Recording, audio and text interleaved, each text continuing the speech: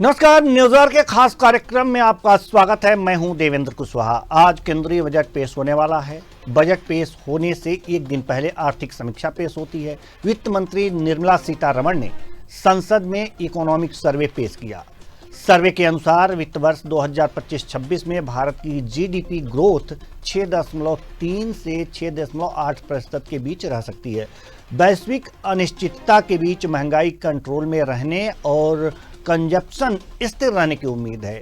ग्रामीण डिमांड में भी सुधार होने की संभावना है। पिछले इकोनॉमिक सर्वे को जुलाई 2024 में जनरल इलेक्शन के बाद पेश किया गया था। इकोनॉमिक सर्वे भारतीय इकोनॉमी की प्रोग्रेस, सरकारी पॉलिसीज और अगले फाइनेंशियल ईयर के आउटलुक का एक संकलन है। इसे इकोनॉमिक अफेयर्स के विभाग भी इकोनॉमिक ब्रांच द्वारा तैयार किया जाता है, जिसके प्रमुख चीफ इकोनॉमिस्ट एडवाइजर होते हैं। वर्तमान में भारत सरकार के चीफ इकोनॉमिस्ट एडवाइजर वी अनंत नागेश्वरन हैं। इन आर्थिक समीक्षा पर चर्चा करेंगे, लेकिन उससे पहले आइए जानते हैं लोगों को बजट से क्या उम्मीदें हैं। सबसे पहले दिखाते हैं उनकी उम्मीदें जो सेवा क्षेत्र से जुड़े लोग हैं। तो आइए देखते हैं कि सेवा क्षेत्र से जुड़े लोग क्या कह रहे हैं, क्या उम्मीद पाल रखे हैं। तो चलिए उनको भी जान लेते हैं, उनकी बातों को भी जान लेते हैं कि क्या चाहते हैं। से ये उम्मीद है हमें कि जीएसटी थोड़ी कम हो जाए तो उससे हमें कम दामों में सामग्री मिले, तो हम भी कम दामों में रेट चला सके, तो ग्राहक भी खुश हो और हम भी खुश हो, हमारा भी व्यापार बढ़े। अच्छा, ये बताइए कि आपका समोसा जो है, समोसा कितने में देते हैं आप? 10 रुपये। 10 रुपये में देते हैं। जीएसटी कम कर देंगे, अगर जो जीएसटी सरकार कम कर देती है तो आप समोसा कितना देंगे? 8 रुपये में दे सकते। 8 रुपये में देंगे जी। मतलब पहले से ये तय है कि हम 8 रुपये में देंगे। ज़्यादा कम कर दे तो? ज़्यादा कम कर दिया तो और कम में। अच्छा जी। और बढ़ा दिया तो? बढ़ा दिया तो और रेट बढ़ाना पड़ेगा। बढ़ाना पड़ेगा। जी। इससे नुकसान क्या होगा आपको? नुकसान ये होगा कि हमको ही कुछ नहीं मिलेगा उसमें, तो हम तो रेट तो बढ़ाना पड़ेगा ना। सरकार से यही उम्मीद है कि बजट कम करे, जीएसटी कम करे, कि जिसमें आम लोगों को भी फर्क पड़ेगा। जीएसटी इतनी है कि भाई जो चीज़ हमको 10 में मिलना चाहिए वो 20 में मिल रही है, उसको भी कम होना चाहिए। जब हमारे पास कम आएगा तो हम और दाम कम करेंगे। बजट से सर हमको यही उम्मीद है कि अगर बजट में थोड़ा जीएसटी कम हो जाए तो उसमें हम क्या है, प्रोडक्ट का पैसा कम हो जाएगा तो हम ग्राहकों को बहुत बेहतर सेवा दे पाएंगे, जिससे कि थोड़ा ग्राहक भी खुश होगा। उससे प्रोडक्ट हमको सस्ते में मिलेगा तो ग्राहक भी खुश होगा, हम भी खुश होंगे। जी, प्रोडक्ट तो सस्ते हो जाएंगे और प्रोडक्ट सस्ते हो जाते हैं, लेकिन अगर जो जीएसटी कम होगा प्रोडक्ट सस्ते हो जाएंगे, लेकिन आप सेवा देते हैं। बाल कटिंग कराना हो तो उसमें कोई विशेष प्रोडक्ट की आवश्यकता नहीं होती, कैंची लगती है, कंघी लगती है। तो ऐसे ग्राहकों का रेट क्या कम कर पाएंगे, कैसे होगा? क्या उन्हें संतुष्ट नहीं करेंगे आप? जी, कैसा है कि जैसे ग्राहक आता है, ग्राहकों को बहुत सी सर्विस देना पड़ता है हमें यहाँ पे। जैसे कलर हो गया, फेशियल हो गया, ये मतलब बहुत से प्रोडक्ट लगते हैं उसमें। तो ग्राहकों को क्या, जैसे हम ऑफर देंगे में, जैसे कलर कीजिएगा, फेशियल कीजिएगा तो उस पर एक ऐसे मतलब वहाँ से प्रोडक्ट से हम कटिंग का तो पैसा नहीं लगता हमको, मतलब कटिंग पर कोई ये नहीं है, पर प्रोडक्ट मतलब कलर किया जैसे वो कलर का, कटिंग का, उसमें मतलब कॉम्बिनेशन मिला के थोड़ा ग्राहक को अगर डिस्काउंट दे देंगे तो उससे ग्राहक भी खुश हो जाएगा और हम भी खुश हो जाएंगे। बजट आ रहा है, उसके अंदर जो सैलून पर लगने वाला 18% जीएसटी, इसको कम किया जाए, क्योंकि हमारे सैलून ब्यूटी पार्लर में माताएं बहनें भी आकर के सस्ती हैं और माताओं बहनों के लिए सरकार काफ़ी योजनाएं निकालती है और उनका ध्यान रखती है। पर इस ओर भी शासन को ध्यान रखना चाहिए कि माताएं बहनें ब्यूटी पार्लर में आकर सज रही हैं, संवर रही हैं। बहन बेटियों की शादी के मौके पे बहन बेटियां सस्ती हैं, दुल्हन बनती हैं, पर उनके ऊपर लगने वाला 18% जीएसटी जो टैक्स है वो काफ़ी भारी पड़ता है। इसलिए हमारा सरकार से निवेदन है कि इस बार के टैक्स में जीएसटी को कम किया जाए। तो ये थे सेवा क्षेत्र से जुड़े लोग, और आर्थिक समीक्षा में सेवा क्षेत्र से जो आंकड़े प्रस्तुत किए गए हैं उनको भी हम आर्थिक जो सर्वेक्षण हुआ था कल पेश किया गया था वित्त मंत्री निर्मला सीतारमण द्वारा, उस पर भी ग्राफिक्स के माध्यम से नज़र डाल लेते हैं। तो सेवा क्षेत्र में क्या कुछ कल आंकड़े आए थे, क्या कह रहा है सेवा क्षेत्र? तो सेवा क्षेत्र की रफ्तार तेज है। यानी कि 24-25 में आप ये देख सकते हैं कि जो सेवा का क्षेत्र है 25 में बढ़कर 55.3% हो गया था। 25 में बढ़कर ये सेवा क्षेत्र की रफ्तार है, ये 55.3% हुआ सेवा क्षेत्र। और फाइनेंशियल ईयर 23 से 25 के बीच सर्विस सेक्टर की ग्रोथ रेट जो थी, अभी आपने देखा कि इसकी ग्रोथ रेट क्या थी, इसमें 12.8% की बढ़ोतरी दर्ज की गई है। ग्लोबल कैपेबिलिटी सेंटर के जो जरिए आपको बताएं कि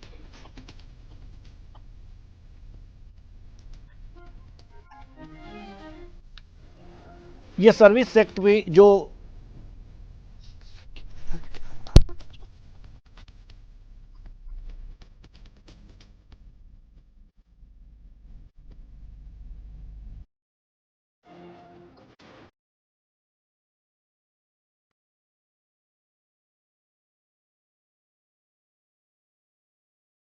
तो सेवा क्षेत्र की जो रफ्तार है आप देख सकते हैं कि फाइनेंशियल ईयर 2025 में बढ़कर 55.3% हो गया।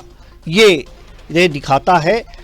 अगर जो करें कि सेवा क्षेत्र की, तो इसमें फाइनेंशियल ईयर 2023 से 2025 के बीच सर्विस सेक्टर की ग्रोथ रेट 8.3% रही है, जिसने देश की जीडीपी में बहुत बड़ी भूमिका निभाई है। अगर बात फाइनेंशियल ईयर नवंबर 2025 के दौरान सेवाओं के निर्यात में 12 जो सेवाओं के निर्यात हैं उनमें 12.8% की तेज वृद्धि हुई है। कुशल श्रमिक की उपलब्धता प्रक्रियाओं को सरल बनाने और विनिमय में सुधार को विनिर्माण और सेवा क्षेत्र की प्रगति के लिए महत्वपूर्ण बताया गया है। तो ये चीजें हैं सेवा क्षेत्र की।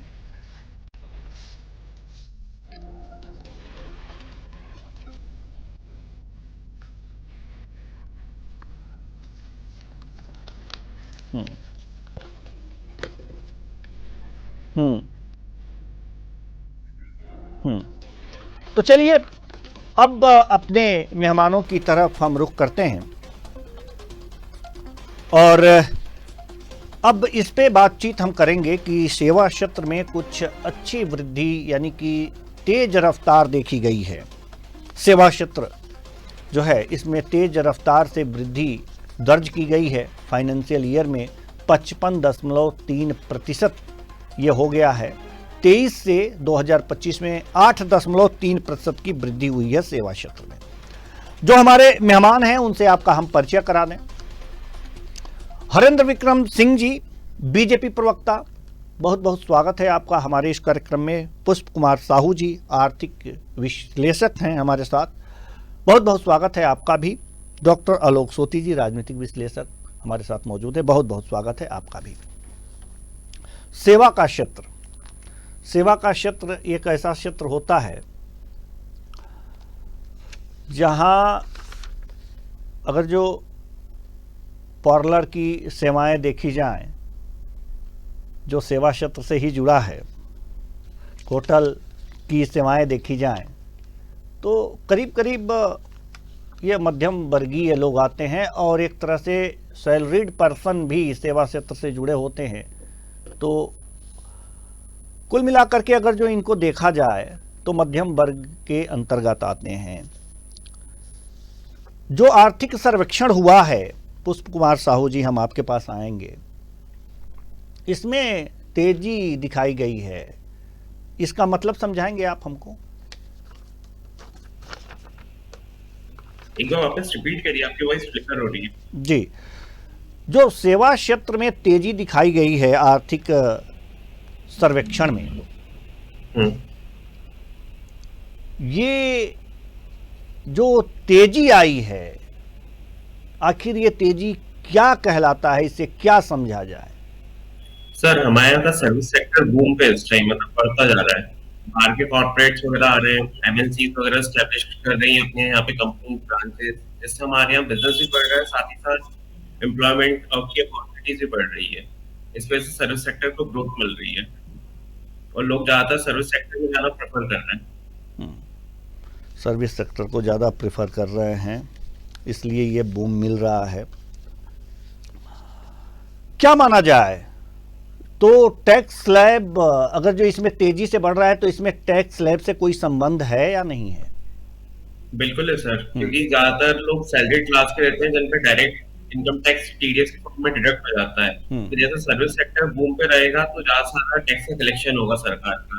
और आप देखेंगे कि रिसेंट में हमारे यहाँ टैक्स का कलेक्शन बढ़ता गया है, जीएसटी का हो चाहे इनकम टैक्स का हो, वो कंटिन्यूअसली बढ़ रहा है हर क्वार्टर में। तो इसमें जब तेजी दर्शाई गई है, इसमें 8.3% की तेजी दर्शाई गई है, तो हम ये आपसे ये समझना चाहते हैं कि इसमें टैक्स कलेक्शन जब ज़्यादा होगा, आप ये बता रहे हैं, तो ये टैक्स स्लैब जो आएंगे, जो 3 लाख से अभी 7 लाख है, इसके बीच 5% है टैक्स, तो क्या ये बढ़ेगा? सरकार आने वाले बजट में क्या उम्मीद कर सकते हैं कि जो अभी पेश करेंगी निर्मला सीतारमण जी अपना टैक्स वो बजट पेश करेंगी, उसमें टैक्स स्लैब में बढ़ोतरी होगी या और घटा दिया जाएगा? 3 से जो 7 है वो 3 से 6 हो सकता है क्या? नहीं सर, ये बढ़ने के चांसेस है, 7 से 10 तक जाने के चांसेस है। मतलब 10 लाख टैक्स भी कर सकती थी। मोदी ने एक हिंट भी दिया है हम लोग, जैसा आप लोगों ने देखा होगा कि माँ लक्ष्मी कृपा करे middle class and lower middle class वाले की बजट जा सकती है, 10 लाख तक टैक्स ना लगे। पर ये चीज होनी भी चाहिए, 10 लाख तक टैक्स ना लिया जाए। चलिए, 10 लाख तक जाने की उम्मीद है। डॉक्टर आलोक सोती, हम आपके पास आना चाहेंगे। टैक्स स्लैब की उम्मीद हमारे जो आर्थिक विश्लेषक महोदय हैं पुष्प कुमार साहू जी, ये कह रहे हैं कि 10 लाख तक जा सकती है। अगर 10 लाख तक टैक्स स्लैब जाएगा तो जो सेवा क्षेत्र से सैलरीड पर्सन हैं, उनसे जुड़े हुए लोग जो हैं, उनको उनके पैकेट में ज़्यादा पैसे आएंगे। ज़्यादा पैसे आएंगे तो ख़रीदारी ज़्यादा होगी, ख़रीदारी ज़्यादा होगी तो उसी हिसाब से मार्केट में प्रोडक्ट भी होने चाहिए। अगर प्रोडक्ट कम हुए तो महंगाई बढ़ जाएगी। फिर क्या हम ये माने कि मार्केट में प्रोडक्ट हैं इसलिए ये बढ़ाया जा रहा है, या सेवा क्षेत्र का जो ग्रोथ हुआ है 8.3%, तो इसलिए ये टैक्स स्लैब बढ़ाया जाएगा? ये हम आपसे समझना चाहते हैं। जी जी, सबसे पहले तो हम आपको ये बताना चाहेंगे कि सर्विस सेक्टर में जो ग्रोथ आई, आप देखिए सऊदीया सबसे ज्यादा तेल एक्सपोर्ट करता है, वो 185 बिलियन का एक साल के अंदर जो है एक्सपोर्ट करता है। हम लोग ने सॉफ्टवेयर ही 200 बिलियन का जो है एक्सपोर्ट कर दिया। तो जो सॉफ्टवेयर इंडस्ट्री है, जो ब्लेसिंग इन डिस्गाइज थी, क्योंकि हमारे नीतिकारों ने हमको हार्डवेयर बनाने नहीं दिया, उसमें काफी लिमिटेशन थे, डिटेल में नहीं जाएंगे, तो हम लोग सॉफ्टवेयर पे आ गए थे। तो इसे करते हुए 25-30 साल के अंदर हम लोग सॉफ्टवेयर कैपेबिलिटी इतनी आ गई कि दुनिया में सबसे ज्यादा सॉफ्टवेयर एक्सपोर्ट करने वाले हम लोग हो गए थे। अब प्रश्न उठता है इनकम टैक्स का, क्योंकि अब बजट में जब से जीएसटी काउंसिल्स बनी है तब से जो टैक्स की जो कमोडिटीज पे या सर्विस का जो टैक्स है उसका कोई मतलब नहीं रह गया, क्योंकि जीएसटी काउंसिल हर महीने की एक मीटिंग करती है जिसमें सारी स्टेट्स के चीफ फाइनेंस सेक्रेटरी और जो फाइनेंस मिनिस्टर्स वो आते हैं, उसका निर्णय देते हैं। उसको बजट से थोड़ा सा अलग करके हम लोग देखते हैं, लेकिन यहाँ पे केवल इनकम टैक्स की बात आती है। आप देखिए जो कॉर्पोरेट टैक्स है वो 24%, तो हम लोग का जो इनकम टैक्स की लिमिट है वो 30% हो गई है। हमेशा यही आपको बहाना बनाया जाता है कि साहब की अगर टैक्स कम कर देंगे तो परचेजिंग पावर बढ़ जाएगी और जिससे कि महंगाई बढ़ जाएगी। तो ये जो फार्मूला है इकोनॉमिक्स का वो थोड़ा हम लोग ट्रैक्लिकेट है, हम लोग की समझ में थोड़ा कम आता है। और आपने एक बड़ा अच्छा सवाल करा कि अगर हमारे पास टैक्स कम होगा उतने अमाउंट हमारे पास आएगा, और उस अमाउंट को जब हम उसको मार्केट में जाएंगे, उस पैसे से कुछ खरीदने जाएंगे, अगर प्रोडक्ट नहीं अवेलेबल हुआ तो महंगाई बढ़ेगी। ऐसा नहीं है, क्योंकि प्रोडक्ट्स की आजकल कोई कमी नहीं है। आप देख रहे हैं कि चाइना जो है वर्ल्ड फैक्ट्री बन के तैयार हो गया है, हर जगह उसका सामान पड़ा हुआ है। उसके कंपटीशन में हमारे नीतिकारों को चाहिए होगा कि कोई ऐसी नीति बनाए, जैसे हम लोग कहते हैं मेक इन इंडिया, तो उस रेशियो में जो है हमको प्रोडक्शन करना पड़ेगा। अगर आप 70 का दशक देखें और आज का देखें, 2020 वाला दशक देखें, तो इसमें बहुत फर्क आ गया। उस समय कितना हम लोग के पास लिमिटेशन थी, गवर्नमेंट टैक्स थी, फाइल ही नहीं मिलती थी। आप प्रोडक्शन बनाने के लिए आपको तमाम लाइसेंस के लिए आप दिल्ली और स्टेट कैपिटल में घूमा करते थे, लेकिन आज ऐसा नहीं है। सब फॉरेन इन्वेस्टमेंट भी बढ़ रहा है, आप अपना भी जो है प्रोडक्शंस कर सकते हैं। और हाँ, थोड़ा बहुत है उसको गवर्नमेंट है, मोदी सरकार है, अच्छा काम कर रही है, नियमों में परिवर्तन कर रही है, जिससे कि जो प्रोडक्शंस है वो आपको देखना पड़ेगा, उसको बढ़ाना पड़ेगा। हाँ, सर्विस सेक्टर ने जो है पिछले 30 सालों में अच्छा काम किया है, केवल सॉफ्टवेयर में नहीं, और बहुत सी कंसल्टेंसीज होती है, जैसे आपने कॉल सेंटर देखा होगा, तमाम विदेशी बैंकों के बैंक यहाँ पे उनकी प्रोसेसिंग यहाँ पे होती है, और तमाम चीजें ऐसी हैं जो कि हिडन है, जो कि आम जनता को दिखाई नहीं देती है। आम जनता को तो केवल ब्यूटी पार्लर और साइबर कैफे दिखाई देता है, लेकिन इसके अलावा तमाम सर्विस सेक्टर्स हैं जो कि हिडन है, उसमें अच्छा इंडिया कर रहा है, फॉरेन करेंसी भी उसके पास अच्छी आ रही है। तो ऐसे में उम्मीद है कि इनकम टैक्स की लिमिट को नीचे लाना चाहिए, काफी कम हो गया, क्योंकि आप देख रहे हैं इनकम टैक्स पे ही कुल 6% है, जबकि इतना बढ़ाया, यानी कि जो सर्विस सेक्टर है वही दे पा रहा है। इस समय भी आप देख रहे हैं जितना कैश का फ्लो होता है, जिसकी वजह से जो छोटे बिजनेसमैन जिनकी इकोनॉमी जो है एक आम सर्विस सेक्टर से ज्यादा होती है, वो टैक्स जो है बचा ले जाते हैं या छुपा ले जाते हैं या नहीं दे पाते हैं। तो ऐसी स्थिति में सारा बोझा जो है सर्विस सेक्टर के ऊपर, जो सर्विस कर रहे हैं, जिनको नंबर 1 में एक चेक से उनके अकाउंट में पैसा आ रहा है, उनका टीडीएस ही कट जाता है। तो उम्मीद है कि सरकार हम गरीबों पे, जो कि आज के 1 लाख महीने की कोई भी कीमत नहीं है, हम सामान्य जीवन है, मैं खुद ही देखिए एक कमरे में अकेले रह के अपना जीवन व्यतीत कर रहा हूँ, 62 साल, हमारी जो है 58 साल उम्र हो चुकी है। तो टैक्स जो है यहाँ पे काफी ज्यादा हो चुका है, उसको आपको कम करना है कि मतलब 40-50 हजार रुपए कोई कीमत नहीं होती है। इसलिए आप 1 लाख रुपए महीना तक जो कमा रहा है, उसमें अगर आप टैक्स को एग्जेम्प्ट कर देंगे, इनकम टैक्स विशेषकर, तो हमें नहीं लगता भारतीय इकोनॉमिक में कोई फर्क पड़ेगा, क्योंकि मैं इकोनॉमिक्स नहीं हूँ, मैं तो फिजिस्ट हूँ, और दूसरी चीज इंडस्ट्री या पॉलिटिक्स इकोनॉमिक्स को देखता हूँ। तो ऐसी स्थिति में मुझको नहीं लगता है कि ऐसा होगा। अभी आप ट्रम्प को देख लीजिए, ट्रम्प ने पहले ही इसको एनालाइज किया, उसने कहा हमारा अमेरिका क्यों रिच था, क्योंकि हम लोग जो है टैरिफ पे करते थे, वहाँ टैक्स नहीं था। आज उनके पास टैक्स जो है वो 40% के आसपास हो गया, जिसकी वजह से वहाँ के भी लोग, जब मेरी बात होती है अमेरिका में, तो वो कहते हैं कि हाँ, यहाँ महंगाई बढ़ गई है और टैक्स बहुत हो गया है, जिसकी वजह से हम लोग उठे, जबकि उनके लिए एजुकेशन फ्री है और आपके पास जो है मेडिकल फ्री है। हम लोग इतना टैक्स देने के बाद ना हम लोग को एजुकेशन फ्री है, हमारे बच्चों को प्राइवेट सेक्टर में जाना पड़ता है। हमको मेडिकल के लिए भी आप देखेंगे कि हम जिला अस्पताल में जाने से डरते हैं, कोई प्राइवेट जो अस्पताल है उसकी तरफ भागते हैं। तो इतना टैक्स देने के बाद, जो इतनी मेहनत करने के बाद जो व्यक्ति आता है, उसको अभी कोई बेनिफिट नहीं होता है, इसलिए जो है दिल खींचता है। तो हमारी आपके हम हम चिकित्सा क्षेत्र की तरफ भी चलेंगे और वो भी बात करेंगे। हमारे साथ एक और मेहमान जुड़ चुके हैं, धर्मेंद्र शर्मा जी, प्रवक्ता कांग्रेस। बहुत बहुत स्वागत है आपका हमारे इस कार्यक्रम में। नमस्कार जी। धर्मेंद्र शर्मा जी, सेवा क्षेत्र जो आंकड़े आए हैं आर्थिक समीक्षा से, सेवा क्षेत्र में रफ्तार दिखी है, इस रफ्तार को कांग्रेस किस रूप में देख रही है? देखिए, अभी तक की भारतीय जनता पार्टी की सरकारों के जितने भी बजट आए, वो केवल और केवल उनकी जुमलेबाजी की तरह साबित हुए, और आगे भी ये जो बजट आ रहा है ये भी जुमलेबाजी की तरह ही साबित होगा। आप बताइए, मोदी जी ने कहा 5 ट्रिलियन इकोनॉमी बनाऊंगा, सालाना 2 करोड़ युवाओं को रोजगार दूंगा, बहुत हुई महंगाई की मार, अब की बार मोदी सरकार, डॉलर की कीमत रुपए की कीमत से कहाँ पहुंच गई। ये सब बातें आज जब अपन उनको बताते हैं या याद दिलाते हैं भारतीय जनता पार्टी के लोगों को और देश के प्रधानमंत्री को, उनके मंत्रियों को, तो वो लोग इन सब बातों को जुमला करार दे देते हैं। ये तो सब जुमला है। उनको नहीं, ये आर्थिक समीक्षा में जो सेवा क्षेत्र से जुड़े, मैं उसी पर आ रहा हूँ। जी जी। तो जनता से जुड़ी हुई चीजों से उनका सरोकार नहीं है। उनको केवल उद्योगपतियों की मदद करना है और अपने भाजपा के नेताओं की, भाजपा के समर्थकों की कैसे जेब भरनी है, इस पर ध्यान है। जैसे आपने कहा कि सेवा सेक्टर में उछाल आ गया, अच्छी बात है सेवा सेक्टर में, लेकिन हमारे देश का सबसे बड़ा जो इकोनॉमी के लिए बूस्टर का काम करता था वो था कृषि क्षेत्र। आज क्या हालत है कृषि क्षेत्र की? आज हमारा किसान 1 साल से सड़कों पर बैठा है दिल्ली के आसपास, कोई सुनने को तैयार है उनकी बात? चलिए हम कृषि क्षेत्र पे भी बात कर लेंगे। सुन तो लीजिए। नहीं, कृषि क्षेत्र पे हम अलग से बात करेंगे ना, आप तो हैं ही हैं, वो भी नहीं छोड़ेंगे। एक एक सेक्टर पे बात कर रहे हैं जो आर्थिक समीक्षा आई है। तो सेवा क्षेत्र में उछाल आया है, तो इसको आप किस तरह से देख रहे हैं, आप हमें ये बताइए। आपकी पार्टी वो आंकड़ेबाजी, मुझे तो केवल और केवल ये आंकड़ेबाजी लगती है। सरकार ने दिखाया है, चूंकि ऐसा कहीं आपको हमको सामने तो दिखाई नहीं दे रहा। केवल और केवल सामने तो हमको परेशान लोग, हैरान परेशान ही दिखाई देते हैं। जो सैलरी क्लास लोग हैं वो टैक्स से परेशान हैं, उनको सुविधाएं कुछ नहीं मिल रही। जैसे अभी एक विद्वान व्यक्ति अभी आपके साथ जो चर्चा कर रहे थे, मुझे बड़ा अच्छा लगा, उन्होंने बहुत अच्छी बात की कि टैक्स पेयर टैक्स दे रहा है, सुविधा क्या मिल रही है उसको? कुछ नहीं।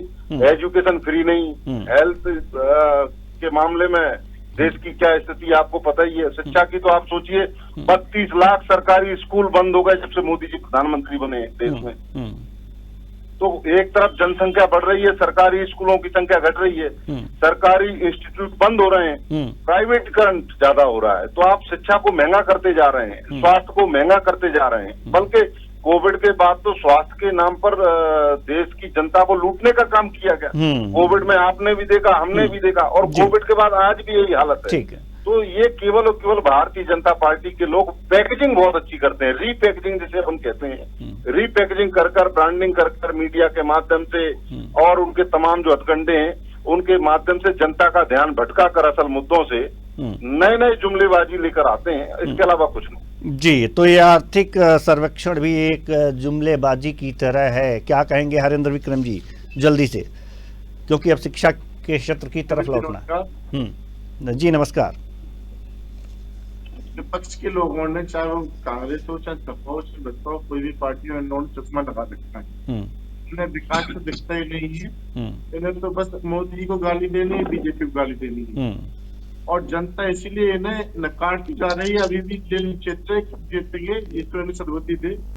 आप देखिए 2013-14 में भारत की अर्थव्यवस्था कहाँ थी? मैं पूछना चाहता हूँ उनसे, अपने कांग्रेस के प्रवक्ता साथी से, 2013-14 में भारत की अर्थव्यवस्था क्या थी, थोड़ा बताएंगे? और भारत का जीडीपी पूछ लीजिएगा आप मेरी तरफ से, जीडीपी क्या है देश की? मैं आपसे जो पूछ रहा हूँ पहले आप बताइए ना कि भारत अर्थव्यवस्था के मामले में किस नंबर पर था और आज भारत किस नंबर पे है, और हमारी अर्थव्यवस्था किस तेज गति से बढ़ रही है।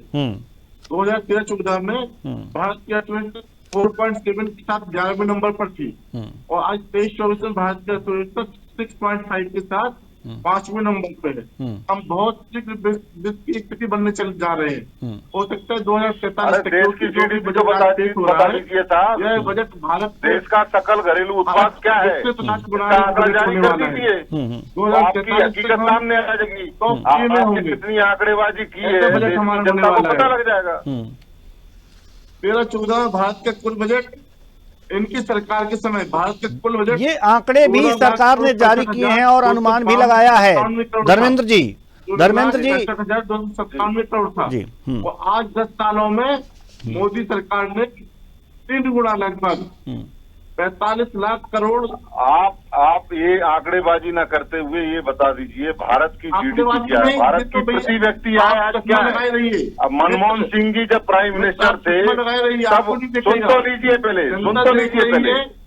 आज मैं बात कर रहा हूँ भारत के आम आदमी की, आम नागरिक की। पहले प्रति व्यक्ति आय भारत की क्या थी और आज प्रति व्यक्ति आय क्या आ गई है? 11 साल में मोदी जी ने बचत को, आम आदमी की जेब की बचत को खत्म कर दिया, उसकी इनकम को खत्म कर दिया। योगी को गाली देना है?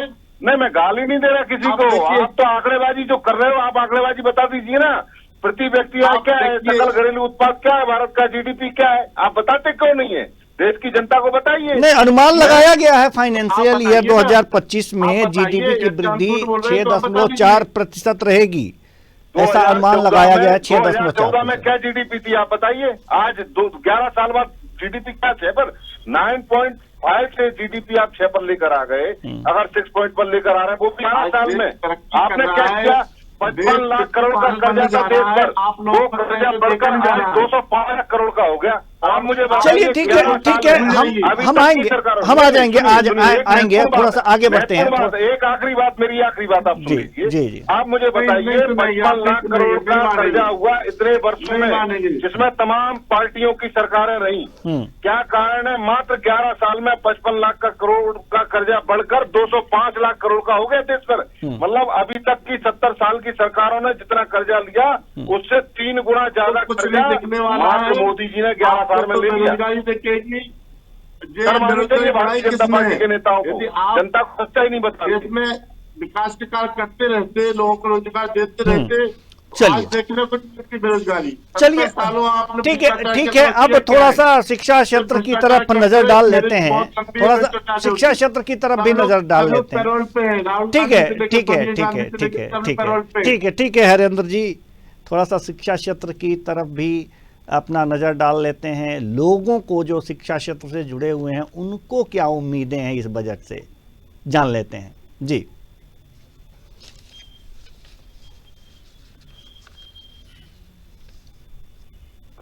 किससे पूछ रहे हैं? जी जी आप सुना रहे हैं। द्वारा जो नई शिक्षा नीति लाई गई है उस शिक्षा नीति में अच्छा है कि प्रैक्टिकल तौर पर सिखाया जा रहा है, हर चीज़ को प्रैक्टिकल तौर पे सिखाया जा रहा है, क्योंकि बिना स्किल की जॉब नहीं है, तो इस चीज़ पे ध्यान दिया जा रहा है। तो ये अच्छा है उनकी आज के समय जो नई शिक्षा नीति आई है इसका हम बहुत बहुत कहेंगे कि इस शिक्षा नीति के माध्यम से आने वाली पीढ़ी कुछ नया रोजगार मिलेगा, क्योंकि इसमें स्किल पे बहुत महत्व दिया जा रहा है, प्रैक्टिकल शिक्षा पे बहुत महत्व दिया जा रहा है।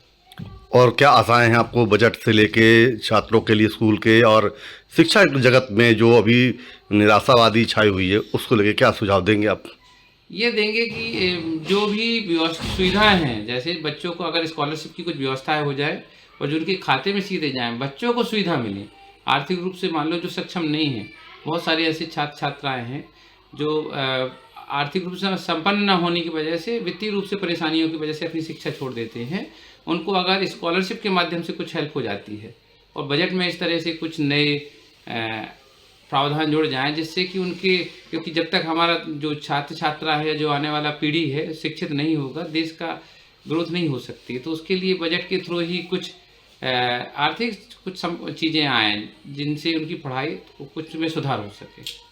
एज अ टीचर बजट में मुझे ये चाहिए कि जो उन्होंने रेंज रखी है कि इतने लाख से इतने लाख तक सैलरी टैक्स में छूट मिलती है, वो रेंज थोड़ा बढ़ा देनी चाहिए ताकि हम शिक्षकों को भी उससे लाभ हो सके, क्योंकि हम इतना बड़ा काम देश के हित में कर रहे हैं तो थोड़ा सा हमारा भी हित होना चाहिए उसमें। और बाकी सारी चीज़ों में जो है, जो भी टैक्स में जो भी फेयर वगैरह है, एलपीजी है, इन सब में भी इसका भी थोड़ा सा जो है वो कम करना चाहिए रेट, क्योंकि इतनी महंगाई है कि मिडिल क्लास फैमिली तो सफ़र कर रही है इस चीज़ से। और अभी जो बजट आने वाला है उसके लिए मैं ये कहना चाहूँगी, खासकर मिडिल क्लास के लिए, कि जो रेगुलरली टैक्स पे कर रहे हैं उन टैक्स पेयर्स को थोड़ा कुछ बेनिफिट या उनको प्रेफरेंस दिया जाए ताकि मिडिल क्लास जो है और ज़्यादा प्रोवोक हो टैक्स पे करने के लिए, क्योंकि मिडिल क्लास जो है वो हर जगह से पिसा हुआ रहता है, वो डायरेक्ट और इनडायरेक्ट टैक्सेस दोनों भर रहा है लेकिन प्रेफरेंस कुछ भी नहीं मिल रहा है हमको, और महंगाई इतनी बढ़ रही है तो उसके चलते कुछ राहत हमें मिले मिडिल क्लास को खासकर, ताकि हम और ज़्यादा टैक्स पे करें, जिससे डेफिनेटली सरकार को तो फ़ायदा होगा ही और कुछ फ़ायदा हमें भी होगा। तो मैं सिर्फ ये कहना चाहूँगी कि मिडिल क्लास के लिए कुछ ऐसे रूल्स या कुछ ऐसा लेकर आए सरकार बजट में, इस बारी बजट से हम मतलब आशा रखती हूँ मैं कि मिडिल क्लास को थोड़ा फ़ायदा हो। शिक्षा के क्षेत्र में भी शासन से यही उम्मीद रहेगी कि छात्र छात्राओं के लिए कुछ ऐसी योजनाएं लाएं जिससे उनकी शिक्षा सुलभ हो, और महंगी शिक्षा जो है उनके लिए प्राप्त करना हर अभिभावक के लिए उतना आसान नहीं होता, तो उनको कुछ ऐसे छूट प्रदान किए जाएं। विद्यालयों को भी कुछ सरकार अपनी तरफ से कुछ बजट में ऐसे रियायतें दे जिससे उनके शिक्षा के लिए जो आगे व्यवस्थाएं हो रही हैं वो सुलभ हो सके और प्राचार्य के लिए भी सुलभ हो सके। पाठ्यक्रम को लेके क्या कहना आपका? पाठ्यक्रम को लेके शासन जो उन्होंने शिक्षा नीति बनाई है उनमें कुछ ऐसे परिवर्तन कर सकते हैं जो हमारे वर्तमान परिवेश में बच्चों को स्किल से संबंधित कुछ पाठ्यक्रम समायोजित किए जाएं जिससे आने वाले समय में बच्चों को जो रोजगार के लिए उनको परेशानियां जाती हैं तो उनमें कुछ उनको हेल्प मिले और उनका आने वाला भविष्य सुखद हो।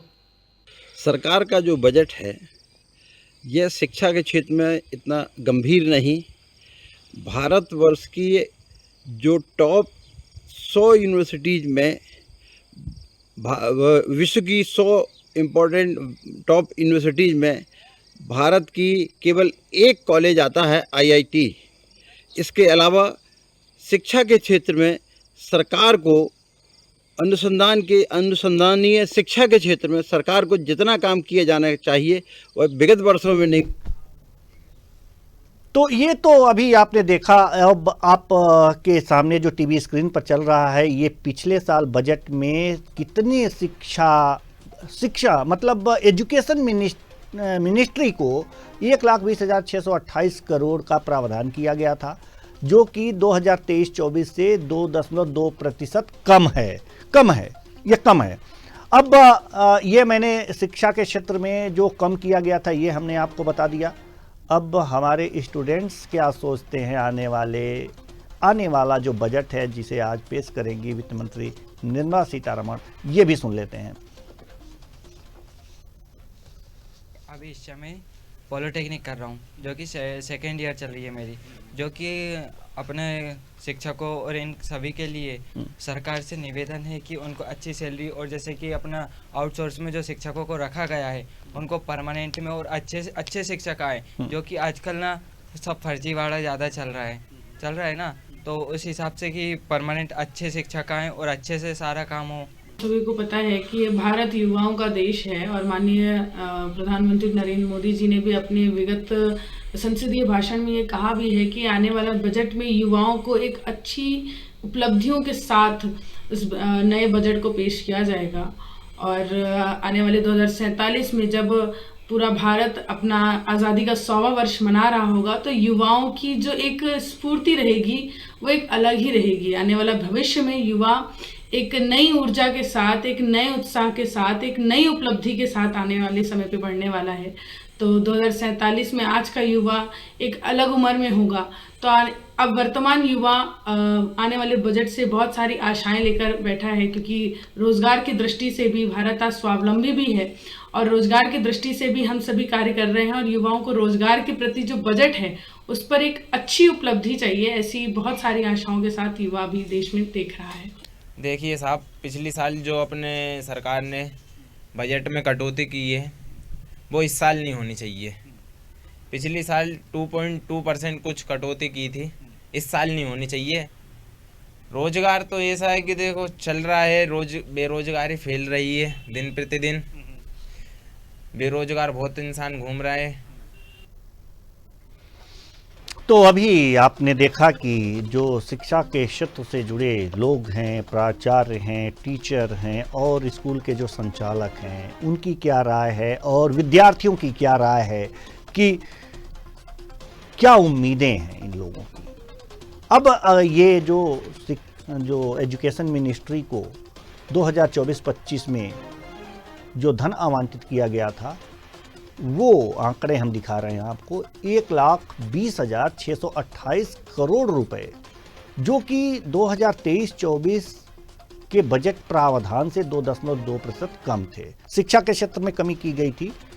अब पता नहीं इस साल क्या होगा। अब हम अपने मेहमानों की तरफ लौटेंगे। हमारे साथ जो मेहमान हैं, सबसे पहले तो हम हरेंद्र विक्रम जी के पास आएंगे और ये जानना चाहेंगे कि शिक्षा एक बहुत ही ज़रूरी चीज़ है। इस मंत्रालय को 2023-24 से 2024-25 में जो बजट पास हुआ था उसमें 2.2% की कमी कर दी गई। ये कमी आखिर जो दर्शाया गया है, जो कमी की गई है, किस कारण की गई थी और क्या ये कमी जारी रहेगी बजट में? क्या उम्मीद है आपसे? हम क्या उम्मीद करें आपकी सरकार से? जी, निश्चित रूप से देवेंद्र जी, शिक्षा के क्षेत्र में हम लोगों को ध्यान देने की आवश्यकता है, क्योंकि जब मैं छात्र था उस समय दीवानों पर कई बार लिखा देखा, इस देश की यही शिक्षा, डिग्री लेकर मांगो भिक्षा। क्योंकि जो शिक्षा नीति थी हमारी यहाँ, जो शिक्षा पद्धति थी, लॉर्ड मैकाले की जो शिक्षा नीति थी, वो शिक्षा नीति सिर्फ हमें मुगल शासकों के द्वारा, मुगल शासकों को अकबर महान ये सब पढ़ाया जाता रहा, जिसमें टेक्निकल शिक्षा कतई नहीं थी। आज देश में अच्छी विचारधारा की सरकार बैठी है, जिसने उन कमियों को दूर किया, अकबर महान जैसे पाठ्यक्रम को अलग किया और शहीदों को, देशभक्तों को आगे लाए। इसके साथ साथ टेक्निकल शिक्षा का पूरा फोकस है। समझ में नहीं आया। जी। इसके माध्यम से देश में टेक्निकल के माध्यम से लोग अपना अपना काम धंधा, क्योंकि जो भी शिक्षा थी सबको नौकरी नहीं दे सकते थे हम लोग। जब तक स्वरोजगार पर फोकस नहीं किया जाएगा तब तक देश संपन्न नहीं हो सकता। जिस गति से संख्या बढ़ रही है उस गति से हमारे यहाँ कारखाने नहीं बढ़ रहे, इतना कारखाने बढ़ाने की आवश्यकता है।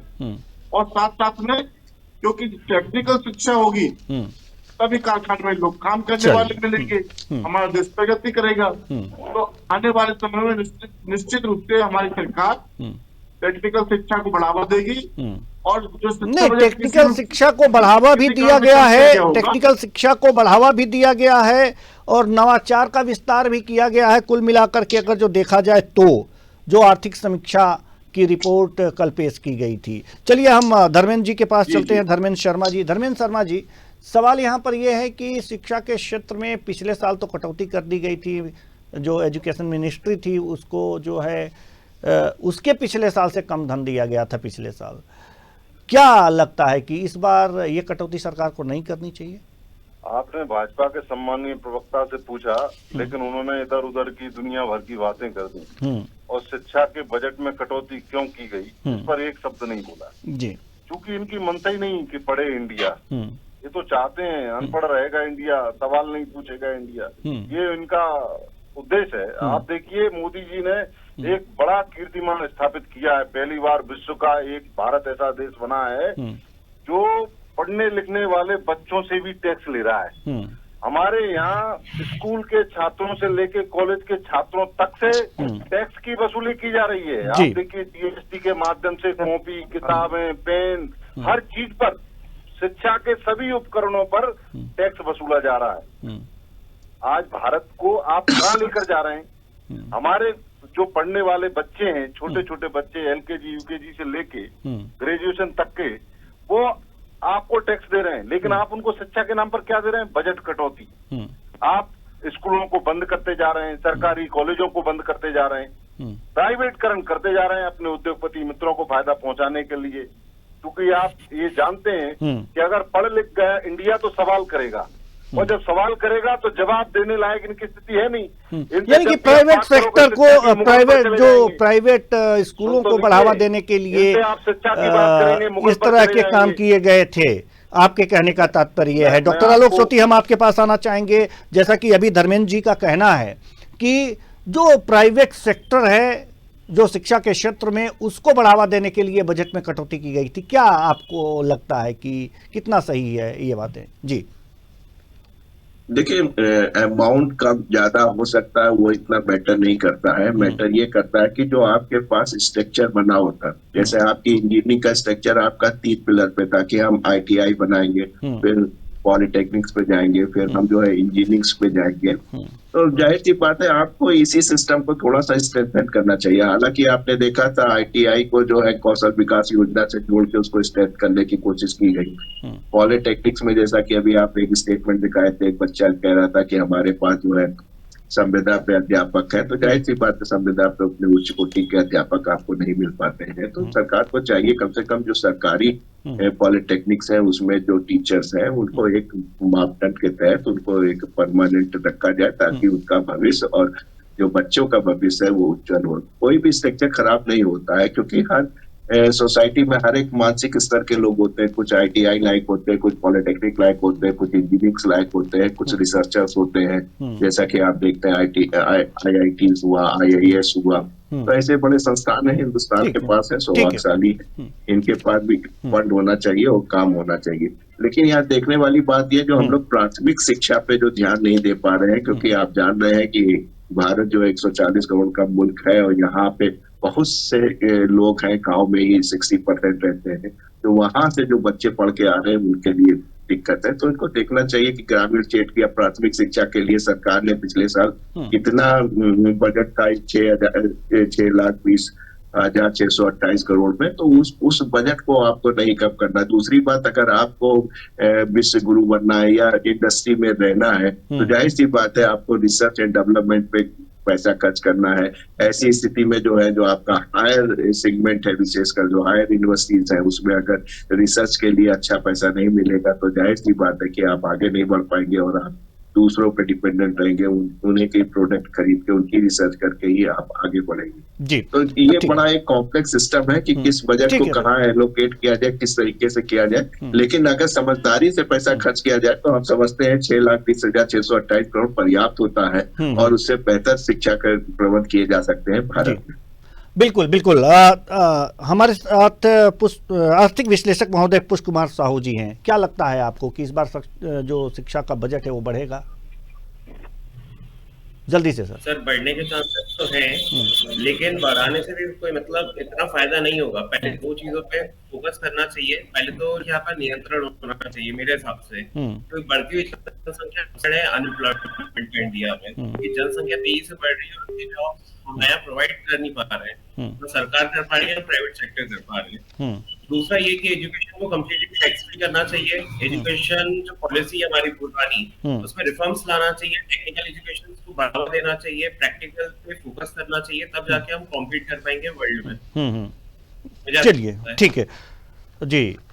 तो जो तकनीकी शिक्षा है इस पर विशेष रूप से ध्यान देना चाहिए। तो कुल मिलाकर के आज बजट पेश होने वाला है और अभी जो हमने चर्चाएं की हैं सेवा क्षेत्र और बजट क्षेत्र से, ये चर्चाएं लगातार जारी रहेंगी। लेकिन वक्त हो चला है एक छोटे से ब्रेक का। बहुत बहुत धन्यवाद सभी मेहमानों का, आप आए और अपने अपने विचार साझा किए।